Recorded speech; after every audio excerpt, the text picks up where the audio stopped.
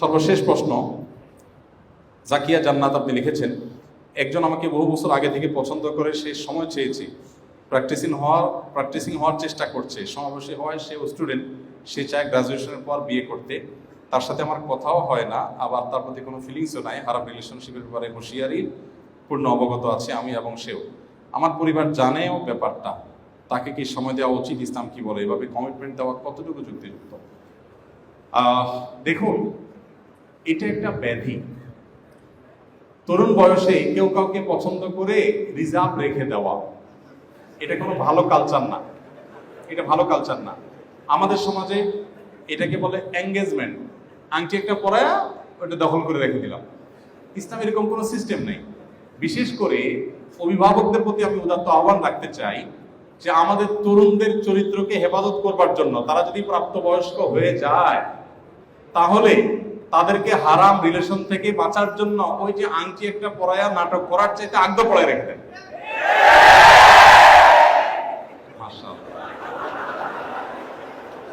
খুব পক্ষের ওয়াজ হয়ে গেছে না? খুব খুশি, মাশাআল্লাহ। ঠিক আছে, এই বয়সে বিয়ে শাদীর কথা শুনলে আমরাও এরকম খুশি হইতাম, সবাই খুশি হয়। যাই হোক, আল্লাহ তাআলা আপনাদের সবাইকে সুখী করুন। হাসির কথা না, কথা সিরিয়াস। মুরব্বী যারা আছেন, অনেক সময় দেখা যায় যে ঠিক আছে আলাপ আলোচনা হয়ে থাকে দুই পক্ষের।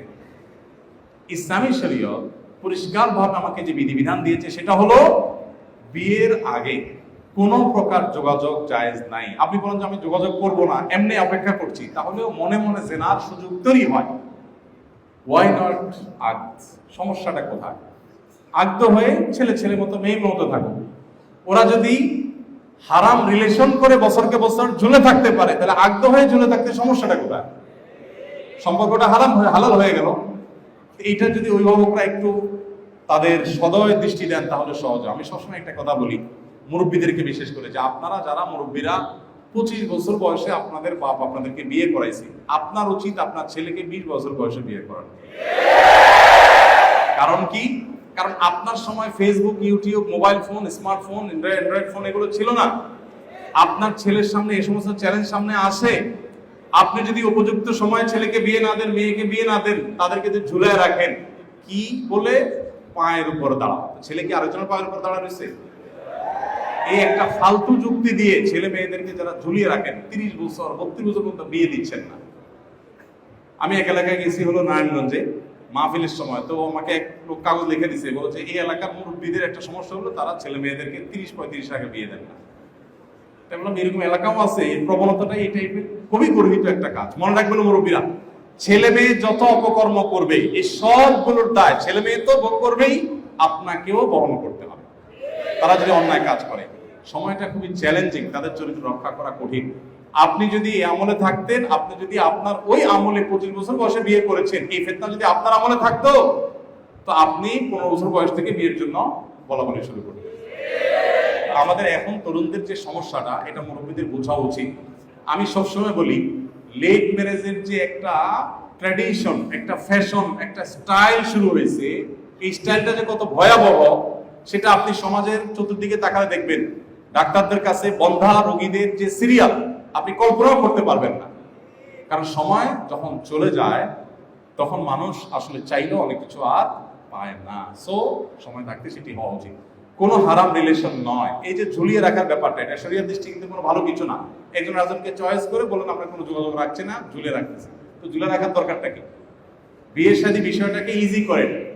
এই মেয়ে ছাড়া দুনিয়াতে আরো বহুত মেয়ে আছে, এই ছেলে ছাড়া দুনিয়াতে আরো বহুত ছেলে আছে। অনেকে আমাদের কাছে প্রশ্ন দেয়, হুজুর নির্দিষ্ট ছেলেকে নির্দিষ্ট মেয়েকে পাওয়ার জন্য আল্লাহর কাছে দোয়া করা যাবে কি? আমরা বলি যে না, এটা একটা ভুল দোয়া। আমি কিভাবে নিশ্চিত হলাম যে আল্লাহ এই ছেলেটা পাইলে আমি সুখী হব, এই মেয়েটা পাইলে আমি সুখী হব? কিভাবে নিশ্চিত হলাম? আমি যাকে সুখী হব মনে করছি, দোয়া করছি, হতে পারে তার পেয়ে আমার দোলের উপরে থাকা লাগবে, হতে পারে না? আমি মনে করছি যে একে পাইলে আমি রাবেয়া বসরি পেয়ে যাব, হয়তো এর পাওয়ার পর আমি ডাইনি পেয়ে গেলাম, হতে পারে না? এই জন্য দোয়ার নিয়ম হলো আল্লাহকে বাইন্ডিংস দিয়ে, আল্লাহ তাআলাকে প্রজেক্ট দিয়ে দিবেন, আল্লাহ এই যে ফাইল দিলাম প্রজেক্ট, এটা পাস করে দেন। এটা দোয়ার সিস্টেম না। দোয়ার সিস্টেম হলো, এটা দেখেন নবী করিম সাল্লাল্লাহু আলাইহি ওয়াসাল্লাম জীবনে একবারের জন্য কোথাও এরকম বলেন নাই আল্লাহুম্মা ইন্নী আসআলুকা কাসরাতাল আমওয়ালি ওয়াল আরাদি, আল্লাহ অনেক পয়সা করে দাও আল্লাহ, কখনো বলেন নাই। কি বলছেন? আল্লাহুম্মা ইন্নী আসআলুকাল আফিয়া, আল্লাহ আপনার কাছে সুখ চাই, সুস্থতা চাই, সমৃদ্ধি চাই। সমৃদ্ধি সুখ আপনি কত টাকা দিয়ে দিবেন না বিনা টাকা দিবেন সেটা আপনার ব্যাপার, কিন্তু আমাদের বেশিরভাগ লোক হলো আল্লাহকে আমরা একটা প্রজেক্ট দিয়ে দিই, বলে আল্লাহ লাখ 10 টাকা হইলে হবে, আমি আর চাই না, একটা বাইক কিনবো, কিছু টুকটাক ব্যবসা করবো, বাস। সুখ হবে না অসুখ হবে সেটা আল্লাহ আমি বুঝবো, তুমি লাখ 10 দাও। এটা আল্লাহর সাথে আমাদের এরকম এই টাইপের মানসিকতা। ঠিক একই রকম যারা মনে করেন আল্লাহ অমুক ছেলে অমুক মেয়েকে আমার পছন্দ হচ্ছে, তুমি যেভাবে হোক আমাকে দিয়ে দাও, আপনি কিভাবে শিওর হলেন যে ওখানে সুখ শান্তি হবে? এই জন্য নিয়ম হলো দোয়ার, আল্লাহ আমাকে ভালো জীবন সঙ্গী মিলাও, কোথায় আছে সেটা আমি জানি না, তুমি ব্যবস্থা করো। রব্বানা হাব লানা মিন আজওয়াজিনা ওয়া যুররিয়াতিনা কুররাতা আয়ুন ওয়াজআলনা লিল মুত্তাকিনা ইমামা। আমার বুঝজ্ঞান হয়েছে থেকে নিয়ে আলহামদুলিল্লাহ এই দোয়া কখনো আমি ছাড়ি নাই। আল্লাহ তাআলা আমার মনে হয় যে এই দোয়া আল্লাহ কবুল করেছেন আলহামদুলিল্লাহ। অতএব আপনারা সেই দোয়া বেশি বেশি করবেন ইনশাআল্লাহ। অতএব ডানে বামে এই ধরনের এই তথাকথিত এঙ্গেজমেন্ট, ঝুলিয়ে রাখা, ঝুলে থাকা, এটা আরেক নতুন ফিতনা বাইর হয়েছে। দিনী ভাই দিনী বোন দোনোজন প্র্যাকটিসিং, নামাজ পড়ে, হিজাব করে, পর্দা করে, হালাল রিলেশন। কি হালাল রিলেশন? না কোনো যোগাযোগ নাই, কিছু নাই, শুধু মেসেজ আদান প্রদান, শুধু চিঠি, হ্যাঁ হাই হ্যালো, এতটুকু। তো এগুলো আস্তে আস্তে মানুষকে হারামের দিকে নিয়ে যায়। কল্পনার জগতে মানুষকে গুনাহে লিপ্ত করে ফেলে, মানুষ টেরও পায় না। যদি এরকম হয় মনে মনে সিলেক্ট করে রাখছেন, কোনো আলাপ নেই সালাপ নেই, কোনো প্রকার যোগাযোগ নাই, চেষ্টা করছেন, সেটা হতে পারে, কিন্তু সেটাও আসলে খারাপের দিকে নিয়ে যাওয়ার আশঙ্কা থাকে। আপনার মনের ভিতরে বাজে কল্পনার স্কোপও যদি থাকে, তাহলে সে রাস্তা বন্ধ করে দেখুন। গোটা পৃথিবী বলে ধর্ষণ মুক্ত পৃথিবী চাই। পৃথিবীর কোন সভ্যতা কি ধর্ষণকে এলাও করে? এলাও করে না। কিন্তু ধর্ষণের সকল উপাদান গোটা পৃথিবী রেখে দেয়, আছে না নাই? বিজ্ঞাপনে বিলবোর্ড, ধর্ষণের উপাদান না উপাদান না? প্রত্যেকটা তরুণকে, প্রত্যেকটা পুরুষকে মানে তাদেরকে বিপদগামী করবার জন্য, বিভ্রান্ত করবার জন্য, তাদের চরিত্রকে নষ্ট করবার জন্য হাজারটা আইটেম রেখে দিবি, আবার বলবো চরিত্রকে তুমি হেফাজত করো। সাংঘর্ষিক না? আর ইসলাম কি বলে? দর্শন কি ইসলাম না বলে? দর্শন হওয়ার পথগুলোকে সবগুলোকে ইসলাম বন্ধ করে দেয়। চোখের হেফাজত করো, চোখ দিয়ে দেখলে মনে তুমি বাজে চিন্তা করবা, তারপর তোমার খারাপ কাজ দেখে যেতে ইচ্ছা করবে, সেই রাস্তায় তুমি আগে থেকে কি করো? বন্ধ করে দাও। অতএব বিবাহ বহির্ভূত সম্পর্ক বন্ধের জন্য হারাম রিলেশনকে আমাদের বন্ধ করে ফেলতে হবে। আস-সুন্নাহ ফাউন্ডেশন, উম্মার স্বার্থে সুন্নাহর সাথে।